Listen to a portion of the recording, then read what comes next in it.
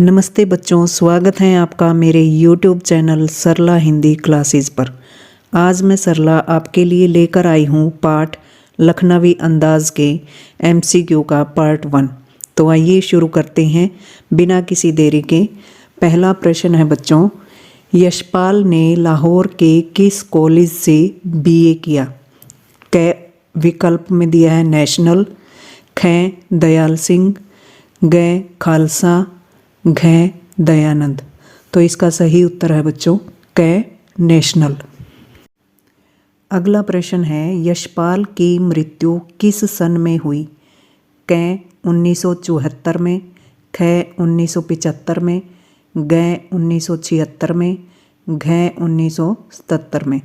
तो इसका सही उत्तर है बच्चों यशपाल जी की मृत्यु जो है 1976 में हुई। तो ग विकल्प जो है इसका सही है। अगला प्रश्न, यशपाल का प्रसिद्ध उपन्यास कौन सा है? क गोदान, ख कामायनी, ग पत्नी, घ झूठा सच।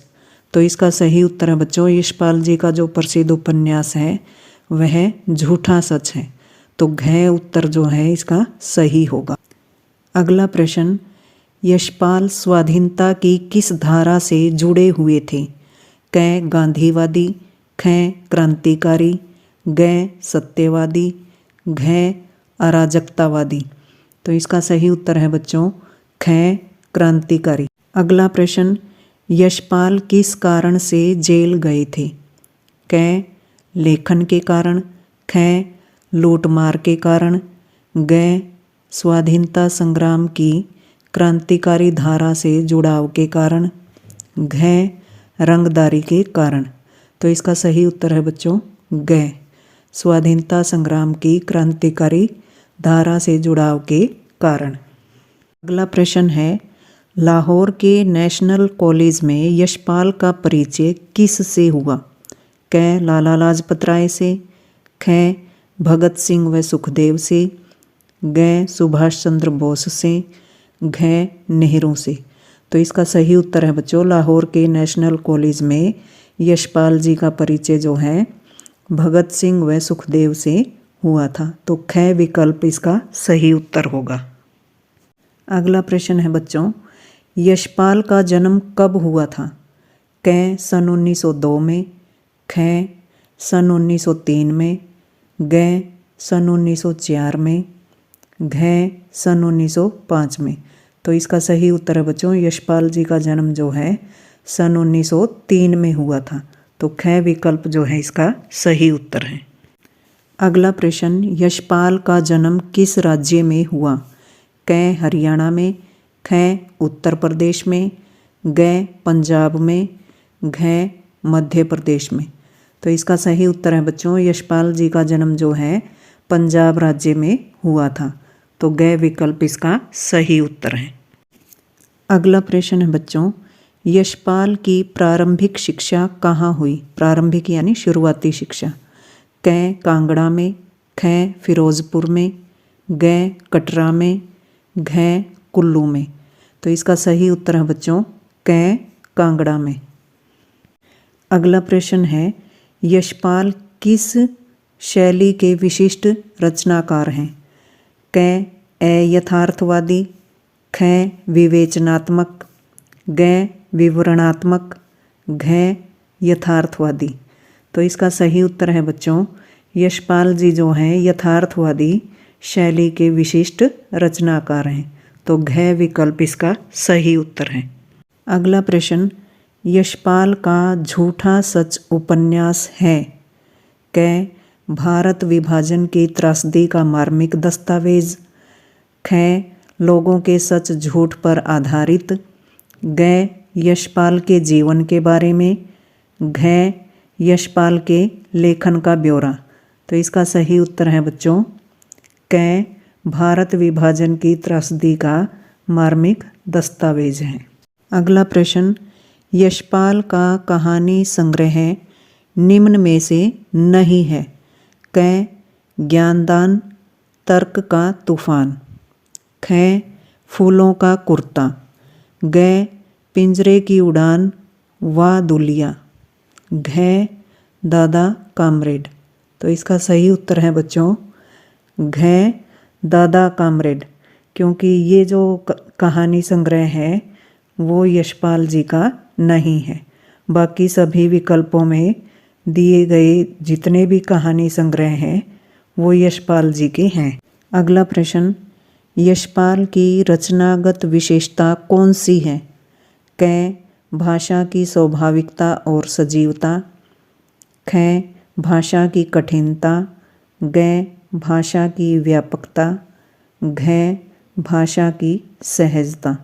तो इसका सही उत्तर है बच्चों यशपाल जी की जो रचनागत विशेषता है वो भाषा की स्वाभाविकता और सजीवता है।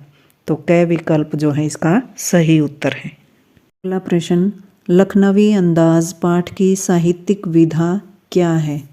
क उपन्यास, ख नाटक, ग कहानी, घ रेखाचित्र।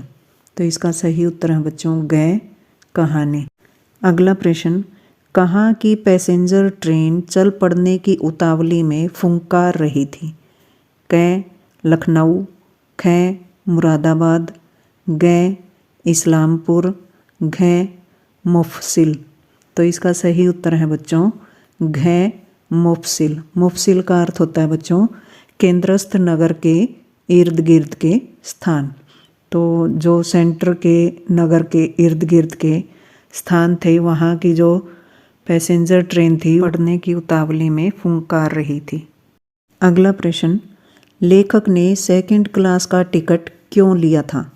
क एकांत में नई कहानी सोचने के लिए, ख आराम करने के लिए, ग घूमने के लिए, घ अमीर दिखने के लिए। तो इसका सही उत्तर है बच्चों लेखक ने जो सेकंड क्लास का टिकट है वो एकांत में नई कहानी सोचने के लिए लिया था।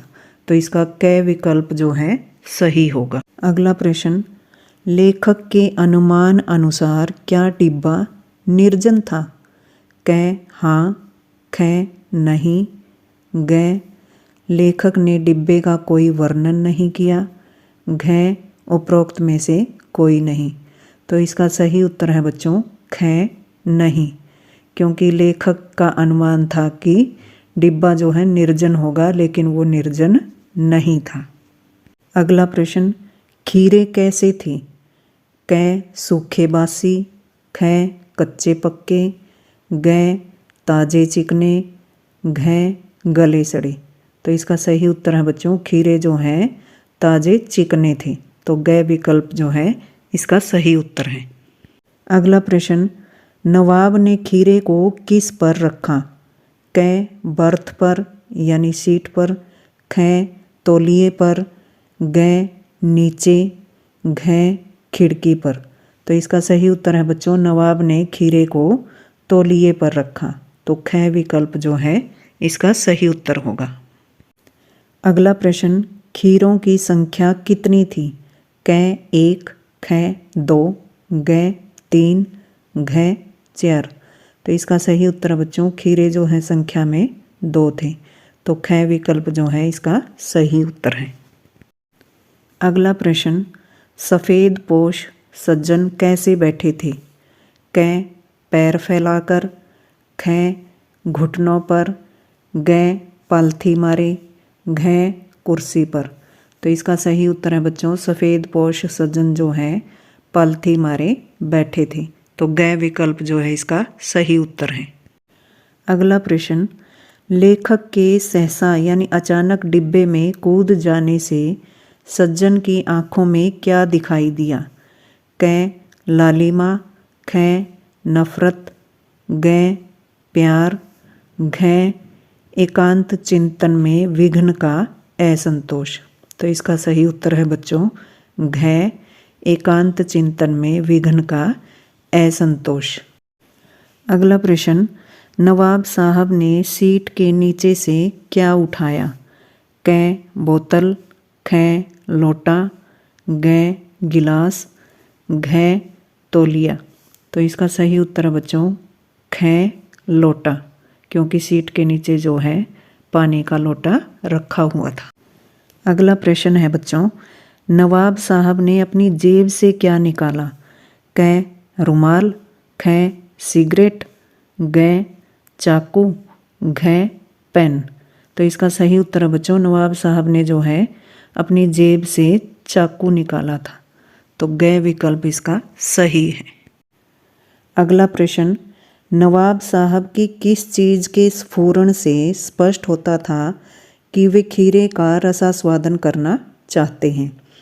क आँखों से, ख जबड़ों से, ग नथुनों से, घ कानों से। तो इसका सही उत्तर है बच्चों ख जबड़ों से। अगला प्रश्न, नवाब साहब ने खीरों पर क्या बुरक दिया?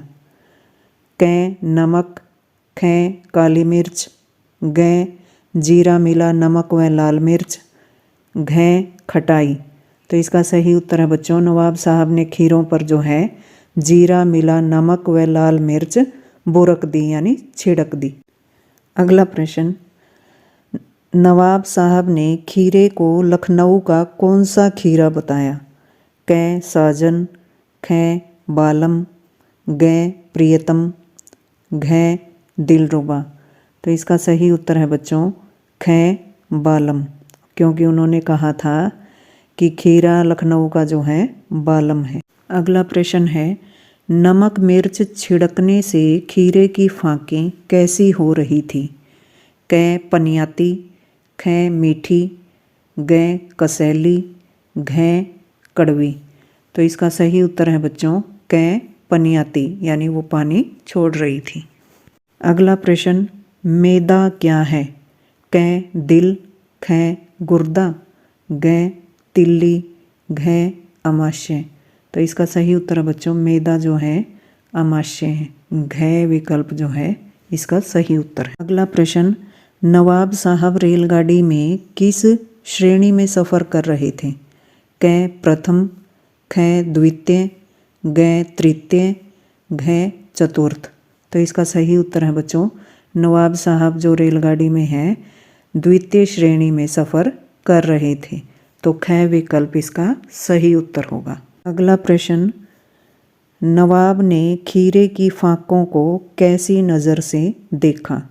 क लालची, ख नवाबी, ग खोई खोई, घ सतृष्ण। इसका सही उत्तर है बच्चों घ सतृष्ण। अगला प्रश्न, यशपाल ने खीरे को क्या माना है? क अपदार्थ वस्तु, ख बहुमूल्य फल, ग दुर्लभ फल, घ अमर फल। इसका सही उत्तर है बच्चों क अपदार्थ वस्तु, क्योंकि वे खीरे को जो है अपदार्थ वस्तु मानते थे।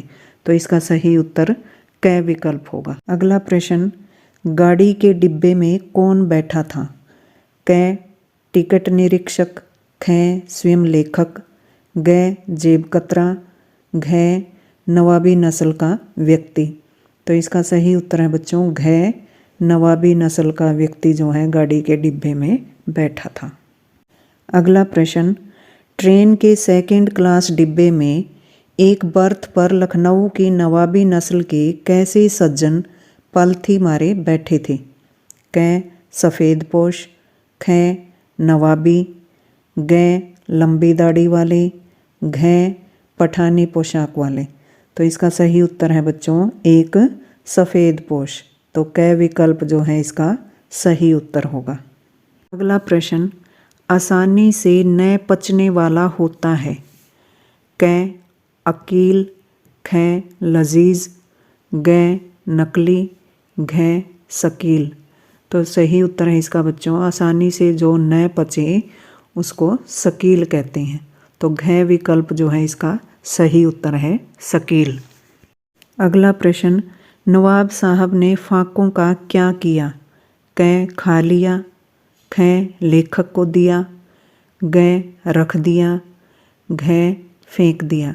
तो इसका सही उत्तर है बच्चों नवाब साहब ने जो फाँकों को है फेंक दिया। घ विकल्प जो है इसका सही उत्तर है फेंक दिया। अगला प्रश्न है, नवाब साहब ने खीरे की फाँकों को फेंकने के बाद लेखक को कैसी आँखों से देखा? क सफ़ेद, ख काली, ग गुलाबी, घ नीली। तो इसका सही उत्तर है बच्चों ग गुलाबी, क्योंकि जब नवाब साहब ने खीरे की फाकों को फेंक दिया था तो उन्होंने लेखक को गुलाबी आँखों से देखा। गुलाबी आँखें से मतलब है गर्व से गुलाबी आँखें। अगला प्रश्न, मुफस्सिल की पैसेंजर ट्रेन चल पड़ने की उतावली में फुंकार रही थी। यहाँ मुफस्सिल का क्या अर्थ है? क वातानुकूलित, ख यात्रियों, ग लंबी दूरी, घ केंद्रस्थ नगर के इर्द गिर्द के स्थान। तो इसका सही उत्तर है बच्चों घ केंद्रस्थ नगर के इर्द गिर्द स्थान को मुफस्सिल कहते हैं। अगला प्रश्न, नवाबी नस्ल के एक सफ़ेद पोश पालथी मारे बैठे थे। यहाँ सफ़ेद पोश का क्या अर्थ है? क सफ़ेद कपड़े पहने व्यक्ति, ख भद्र पुरुष, ग नवाब, घ सफ़ेद दाढ़ी वाले। तो इसका सही उत्तर है बच्चों सफ़ेद पोश का यहाँ अर्थ है भद्र पुरुष। तो ख विकल्प जो है इसका सही उत्तर होगा। तो बच्चों ये थी लखनवी अंदाज़ पाठ के MCQs की पार्ट 1 की वीडियो। इसे आपने बड़े ध्यान से सुना और समझा, इसके लिए आप सभी का धन्यवाद। मेरे चैनल को लाइक, शेयर और सब्सक्राइब करना ना भूलें।